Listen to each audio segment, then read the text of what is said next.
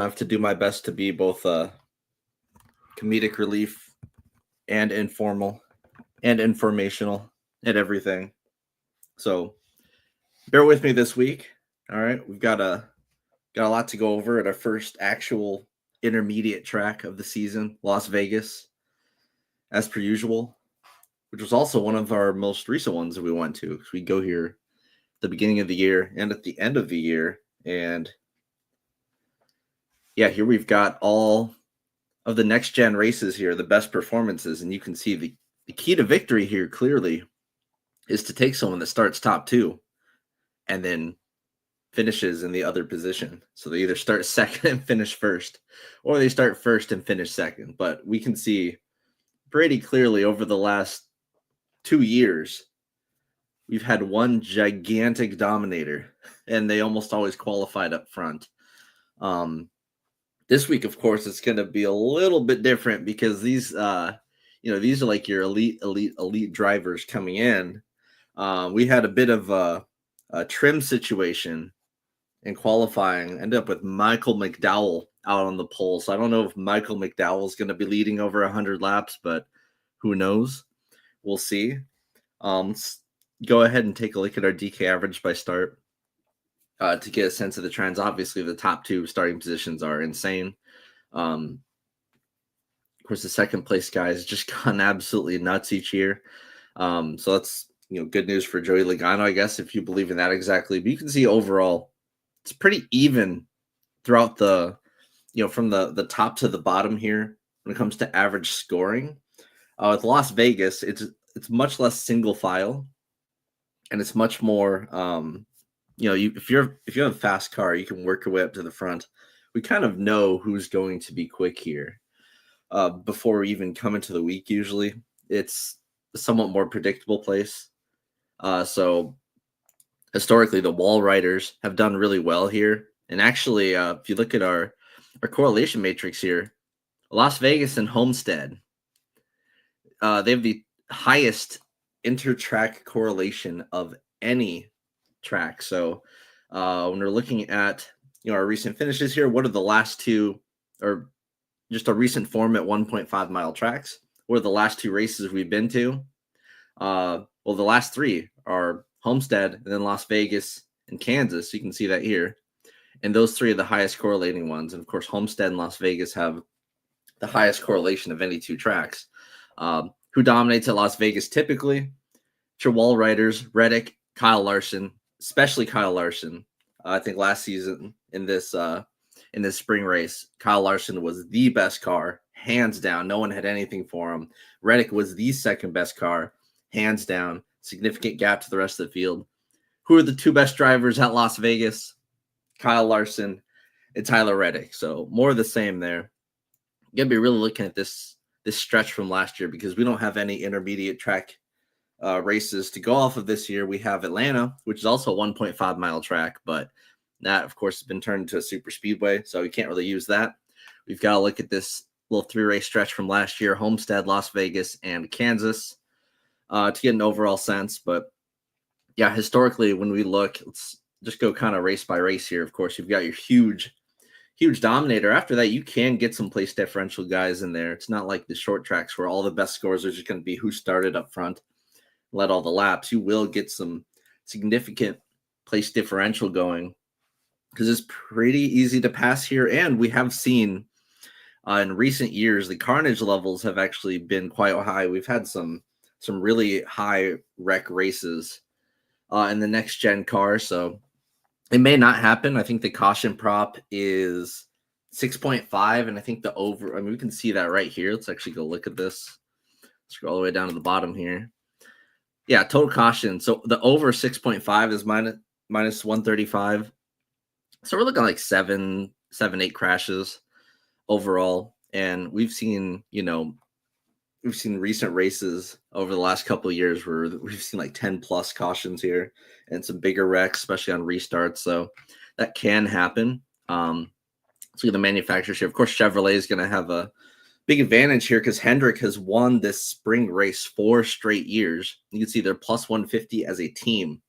So they got Kyle Larson, who is like the de facto favorite, but also William Byron, looks really good. I think on a lot of books he's the second favorite. Let's look at this live on Bovada right now. I mean the odds that we have up on the research station are pretty recent from DraftKings, but yeah, you've got Larson plus 400, then Byron, Bell, and Reddick all tied for second favorite. Looking at DraftKings, you got Larson at 4.5 with the superior decimal odds. Then Byron, then Bell, then Reddick. Anyway, these are the Elite Four this week, certainly. And they all qualified 8th or worse.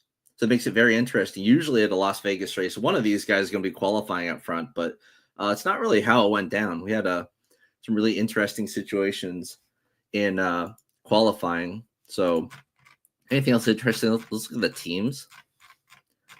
So yeah, Hendrick, we got Joe Gibbs plus 350, pretty standard for it to go Hendrick than Joe Gibbs. Penske at plus 450. And that's with Ryan Blaney starting in the very rear in a wrecked car. I think a lot of this has to do with Logano starting up front. Logano might be quite interesting starting in second. And then 23XI Trackhouse, who's pretty interesting with Ross Chastain. Other than that, no one really has a shot here. So yeah, let's look at prize picks. They're given Joey Logano 30.5 laps led starting second, and Kyle Larson starting 10th. 46.5 laps led. He should, of course, he's the clear favorite to lead all the laps, get all the fastest laps, what have you. 21.5 fastest laps predicted. I think his finishing position is like 3 or 4 or something like that. William Byron, they're giving him 16.5. The pick 6 from DraftKings actually is pretty helpful. You can just see their projected finishing position based on this. These have hit pretty nicely at the super speedways, just betting worse on a lot of these guys. I had a lot of success with that the first 2 weeks. So you can see Larson 3.5 projected finishing position. That's about as good as you're going to see on anyone at an intermediate track. And we have Byron a whole position over Bell, who's coming in off of 3 straight wins. We'll be starting from the rear. And then Tyler Reddick, of course, 6.5 finishing position there, but he's usually someone that's up there, probably the best intermediate track driver last season. So, yeah, Byron looking a little bit better than he would on a normal week. Just overall, Hendrick looking pretty solid. We got Bowman up there.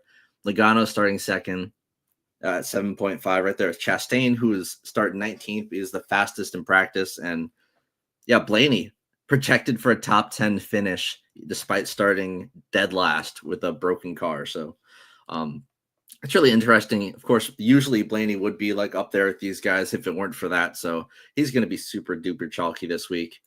Going for laps led. Of course, they like to do just the same thing as prize picks. And the lines look about the same as well. They're giving him, like one more fast lap than prize picks, but, it's pretty much the same there. So I wish they had some for Ty Gibbs. I think they locked him because he's been so fucking bad recently that everyone just slammed the worst. But, you can see some of these play stiff guys like Briscoe starting like 24th. They're giving him 14. That's interesting. Keselowski starting deep in the 20s, I think almost near 30th, like 28th or something. Oh, 27th. Yeah, you can see it right there. You're giving him a 14.5. So it's a pretty interesting play there.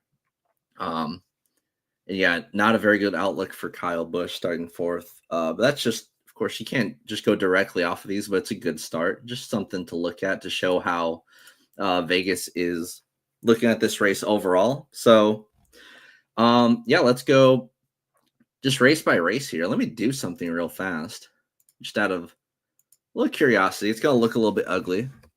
Let me just average out these 3 right here, just for the hell of it. Oh my God. Forgot my parentheses. We'll do BD 5 through BF 5. Sorry about the loud keyboard. I just wanted to see, just in general, just get a good sense of who is good at these 3 in particular. There you go. Truncate it beautifully. So, of course, you got Christopher Bell, Byron, Hamlin. Surprisingly good finishes. Of course, like Reddick's going to be screwed because of Rex. Larson, actually not good finishes at all in either of these 3 races. So, kind of interesting there. Got Bowman. Could be a really sneaky play. He's just good at like finishing races, really. just something I wanted to see real quick, see if anything really pops out. And we'll check this out as we go on. Just do that. But anyway, let's start up at the top. Let's take a good look-see. Christopher Bell, so of course he's coming in off of obviously some really good form here. A win at a super speedway, a road course, and a short track. Usually we don't care about that sort of thing, but form overall has, a little bit of a factor here. And you can see last season, the last race, I mean, he just crushed it off the pole, led 155 laps, 72 fast laps, by far the most of anyone in the field. Just a really impressive run from him. And yeah, might as well just go year by year here also. Larson, of course, just stuck out far more than anyone else. And after that, it was just place diff, really, with Larson. And then before that, Larson and Bell. Again, so Bell's had multiple really good performances here. But Larson, of course, is the guy at this track. Then we had Byron with his pop off in 2023, and right behind him, Larson. So you can see why Larson is such a heavy favorite here. And then, of course, after that, more place differential. And they're good guys starting in the rear. Before that, Chastain Logano in 2022. Chastain was just crushing everything in 2022.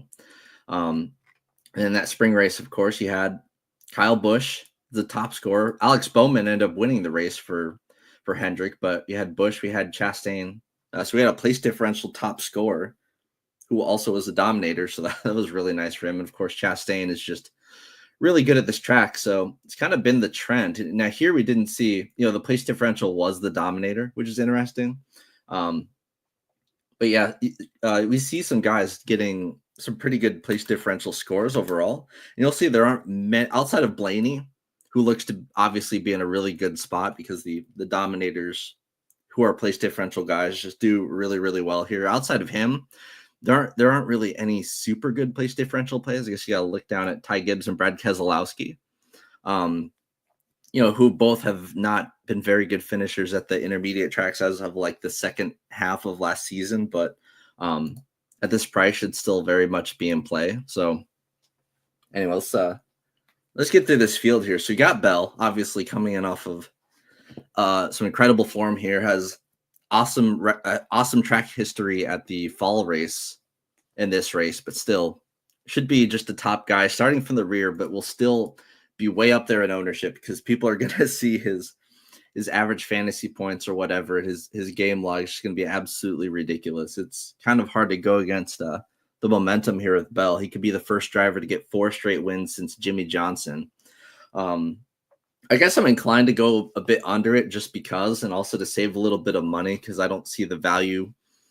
I don't see very much value on the slate overall, honestly, after you get past the 7K range. So, it kind of makes me want to save a little bit of money here and there. Larson is going to be the chalk of the chalk, but it's really good chalk because he is Larson at Las Vegas. There's really, it's top 1 upside for him far more than anyone else. And looked amazing in practice, of course.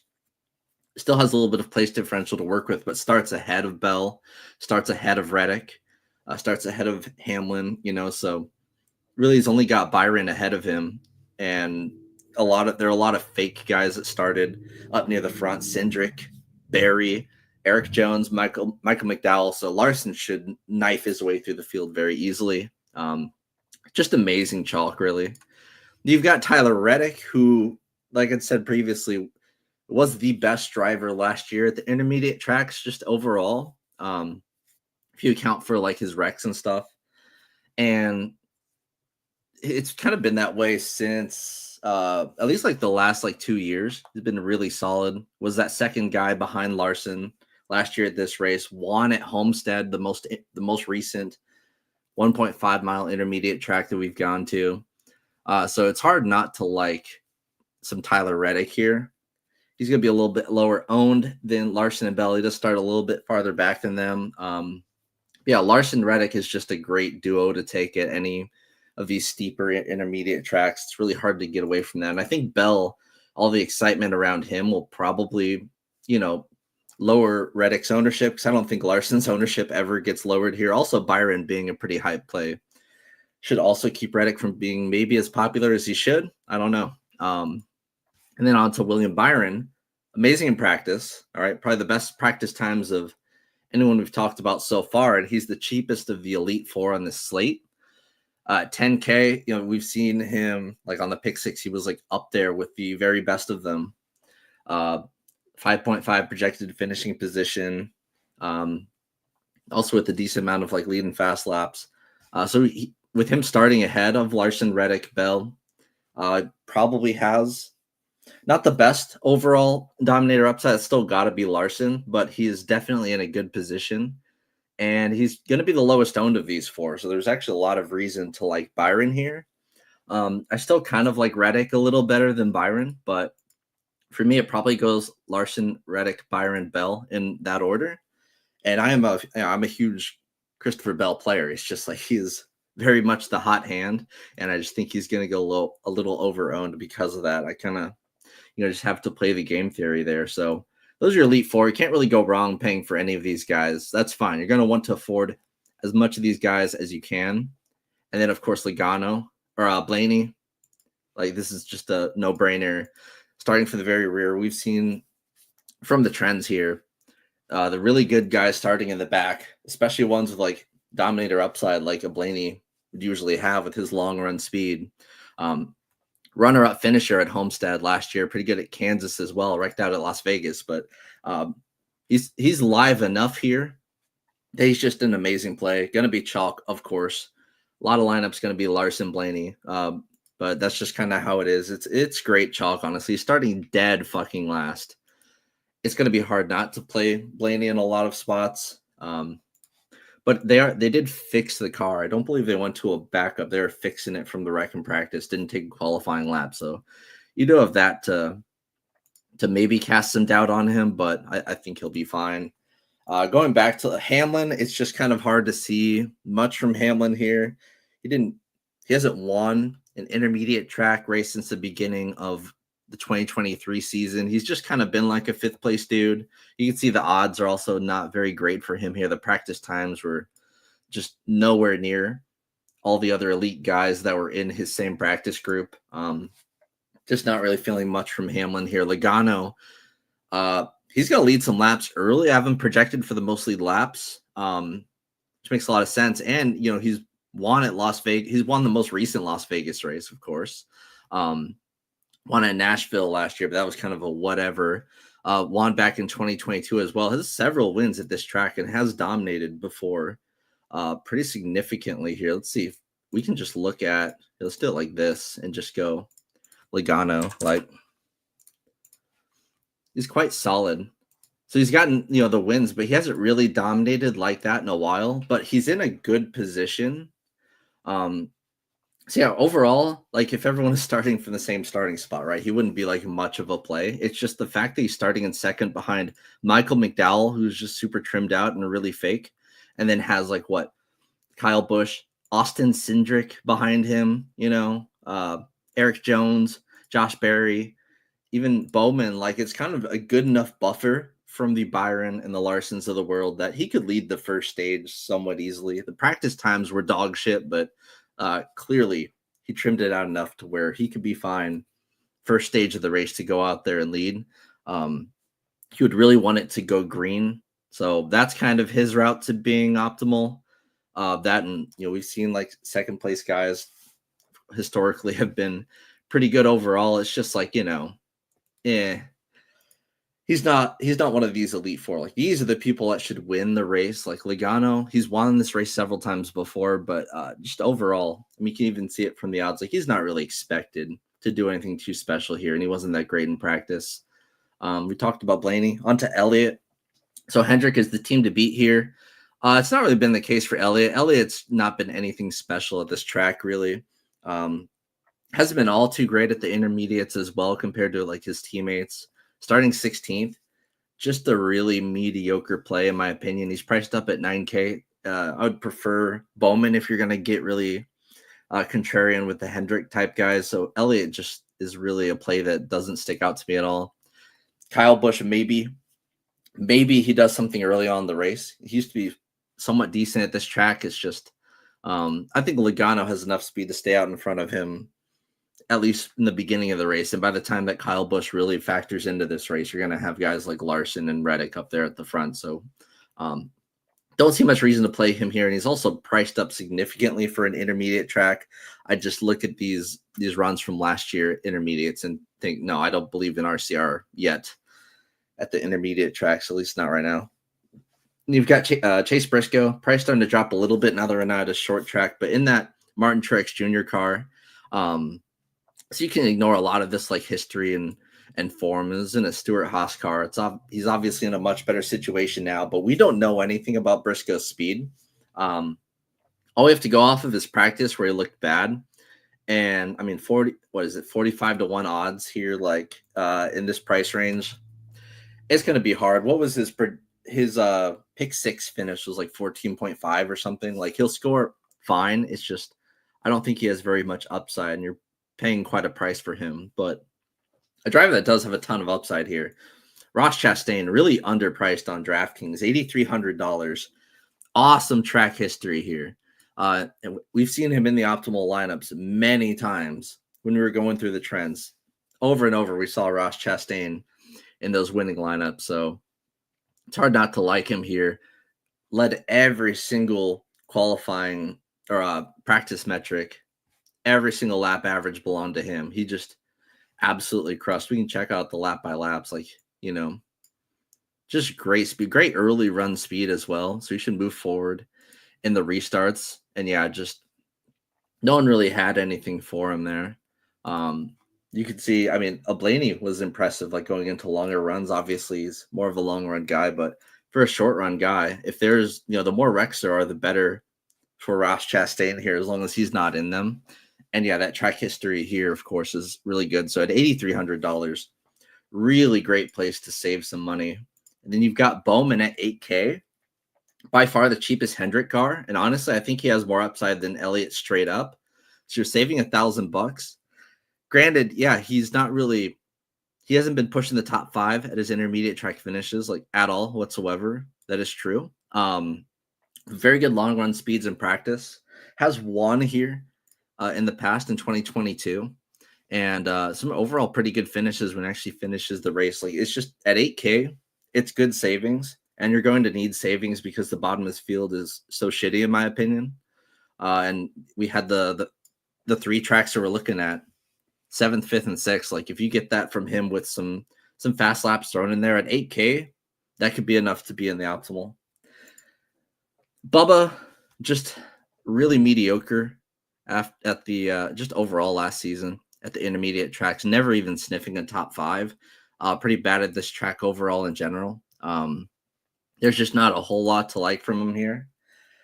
78, even starting 20th, he's just going to start middle of the pack and finish, upper middle of the pack. It's not really going to win you a tournament or anything, so I'm not too worried about using much Bubba here. Ty Gibbs, I mean, look, this is what everyone's going to be talking about, right? Like, this stretch of form is pitiful. And it reminds me of this guy, Kyle Busch, his stretch of form last season, which was just god awful, right? Like, horrifying. Or you could even say like an Austin Dillon or something from last year. But yeah, really bad, of course. Now, these are short tracks. These are super speedways, road courses. We've had what? Homestead in Las Vegas. Of course, yeah, he fucking wrecked out of both of those. Yeah, so the form is absolutely miserable. But, I mean, historically, let's pull up Gibbs here, right? I'll spare you my loud keyboard and go find Ty Gibbs. All right. So last race, he led 23 laps, 14 fast laps. Like, these are fine numbers, right? So he finished 5th in the spring race here last year. Was solid. Got a decent amount of fast laps. Scored 64 fantasy points. Did pretty much the same thing last year, but with some lead laps on top of that. Just, wrecked out, as he likes to do.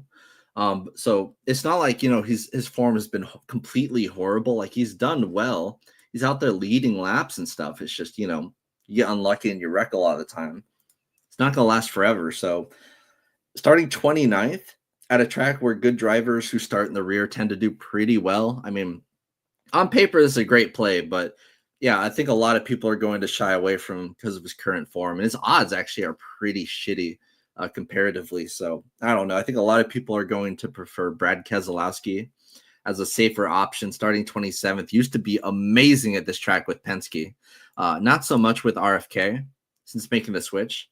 But we saw last season, he started off last season just amazing at the intermediate tracks. Like he was one of the cars to beat and then just fell off a cliff second half of the season. Um, the speed we get from Keselowski is still up in the air. We're not really sure. I would probably expect a little bit more from Buescher at this point. I think the odds agree with me there. But starting back in 27th with this kind of upside, maybe. I mean, maybe not, because that's like Penske, but still, like starting 27th, it just seems like a really good play to me for 7-5. Like Keselowski and Buescher last year at the intermediates were in like the 8K range salary wise. So you're getting a significant discount there. Starting 27th, I think Keselowski is a great play if you're really scared of Gibbs. I think they're both fine. And then Buescher starting 11th. Starting 11th is going to really hinder him from doing a whole lot. And yeah, you can see like his best finish here is like 9th way back when. He just starting 11th, he just seems a bit capped where he's at. So like the price is fine. It's just I don't really see where the upside's coming from because it's not like he's getting fast laps or anything. We can see like, yeah, he's averaging like what 3.5 at the 1.5s and like 3.5 at this track. I just don't really see where the upside's going to come for Chris Buescher. So I don't know. Austin Cindric, one of the Ford trimmed out over qualifiers, starting 3rd. No. Gateway. I mean, Penske just kind of gets a free win at Gateway every time, but and also Blaney ran out of gas. But no, this is no. I'm sorry, Cindric.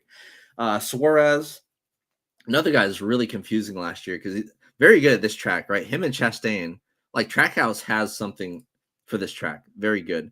Had this weird stretch last year where he had really shitty finishes, the 1.5s, but overall is like fine. He has like top 15 upside, right? So starting 23rd, he's a whatever kind of fine. Yeah, he's a fine play comparatively with the value on the slate. Suarez is fine. Doesn't really leap off the page, but there aren't like a whole lot of really, really, really good plays in the value range. A lot of the time you're going to be plugging your nose and just going down low. So it's not like we have much to be excited about down here. So you will find yourself rostering some Suarez. He's fine. Hocevar is super interesting play. So everyone knows he's an aggressive, crazy driver, like Stenhouse, Chastain on steroids, right? And we saw last year he got into a ton of wrecks because of it, but also stole some top 10s Inspire equipment, which is crazy. That is crazy. These practice times are also crazy, like really good. Okay, amazing. So he's been fast this year. He's been really fast. So there's upside here, and there is downside for sure. So this is like the ultimate GPP play. For me, he's going to be one of the best plays on the slate. I don't care, if he wrecks out, that's fine. But just the upside and the long run practice speeds are so good for 7K starting 25th. That's just an amazing play for me. Sticks out as the best cheap play on the slate. Noah Gragson, his hometown track, fast in practice, usually actually pretty damn good here. But should have a slight upgrade in equipment in front row, but we still don't know how that third front row car is going to do overall. It's got to be it might be a little bit better than Stuart Haas speed was, but it kind of remains to be seen. So starting 21st, just started a little bit high to where I'm not really that interested, although he was like had a ton of top 20 finishes last year. I just don't know if a barely top 20 does a whole lot here. So we would have to have like a really, really good run. And I don't know if he has that in him. 130 to 1. Dylan, I don't see anything with this play. There's really nothing to talk about there. Josh Berry, overqualified like a motherfucker. Super slow in practice. Also, not much to talk about there. AJ Allmendinger, from what we've seen of him, like top 10 at Homestead, legitimately. Always pretty solid, top 15 upside at intermediate tracks. He might be borderline playable as like a yeehaw out there play, but starting 18th, like if he's starting a little bit lower, I would be interested for real, but it's going to be a little bit hard. Like he might finish where he starts, which is, a solid run for him, but I don't think that wins tournaments. I really don't. Justin Haley, starting 33rd, intermediate tracks, we've seen him steal some top tens. And this isn't like Rick Ware equipment. Even before we saw him like as a guy that has top 15 upside, has finished 8th here in the spring race. It's the fall race of 2022. Like he occasionally has these like really good standout performances, and a lot of these top tens we're seeing at intermediate tracks are legitimate. They're not just like pit strategy whatevers. So I don't mind some Haley at all starting 33rd. You can do place differential here. That's fine. He has a teammate on the pole that we'll talk about here in a little bit. So I don't mind Haley as like a cheap play. Eric Jones starting 5th. I love you, Jones, but no. No. What? Priest starting 12th. Another just no. He's going to be a lot better this season. We've already seen, the upside from him, but nah, not an intermediate track. It's not his jam. Also, this track is just not his jam either. Like, there's no way. So, you have a pole sitter at $6,100. Pretty rare situation, right? Could he lead a good handful of laps off the rip in clean air, trimmed out? Sure. How long is that going to last? Probably not very long. He's got Logano right there, ready to gun him down. Even like Kyle Busch is better than him. He will eventually, in 20, 30 laps, have like a Kyle Larson gunning him down, or a William Byron. If there are any wrecks early on, which there have been in the past at Las Vegas, it's kind of Jover for him. So there's a lot that needs to go right for McDowell to do well, and he would need to finish well as well. So I don't see it. Even at such a cheap price, he is going backwards. He's going to finish like 20th.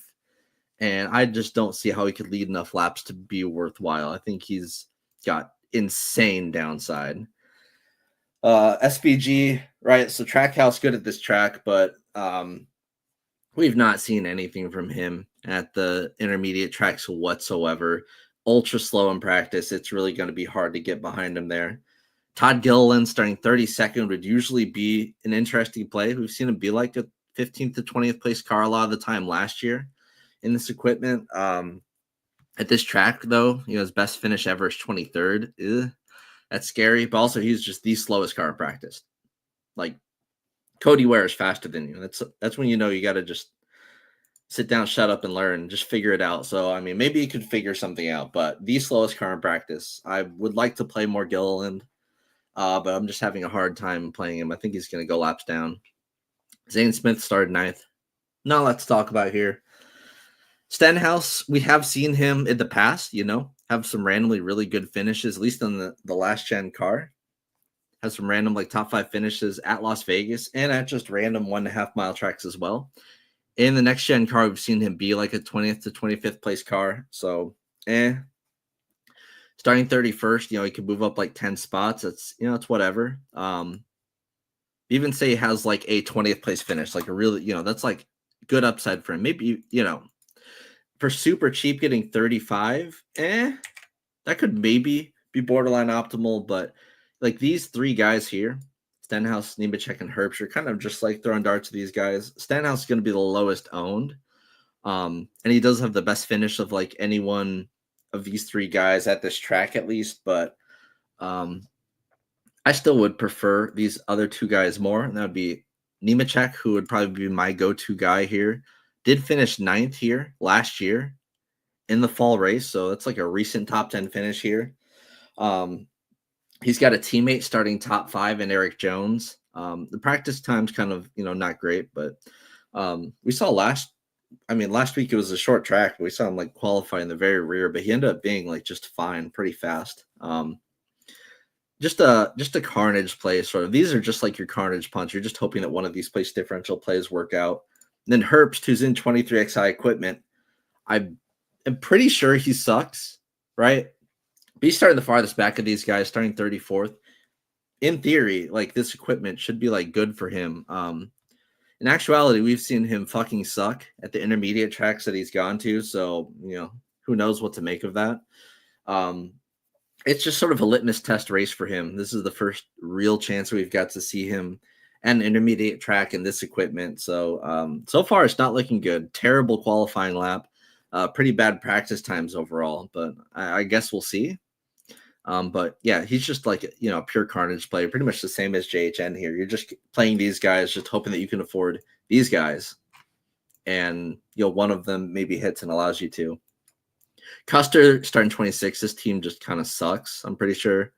Ty Dillon starting 17th. There's nothing to talk about here. He's starting 17th. And then Cody Ware is Cody Ware, the worst car in the field, starting 35th. He's going to go laps down. There's not really much to say here. So now that we've gone through this field, I do have to pick a winner here.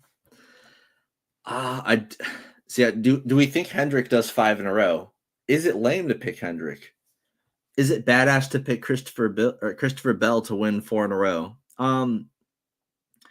So the way I see it, I think the winner here will be Tyler Reddick. All right, I think Larson's going to dominate the race. I like Reddick to come in at the end and steal this one from him. So that is my pick here. All right, Tyler Reddick as my race winning pick.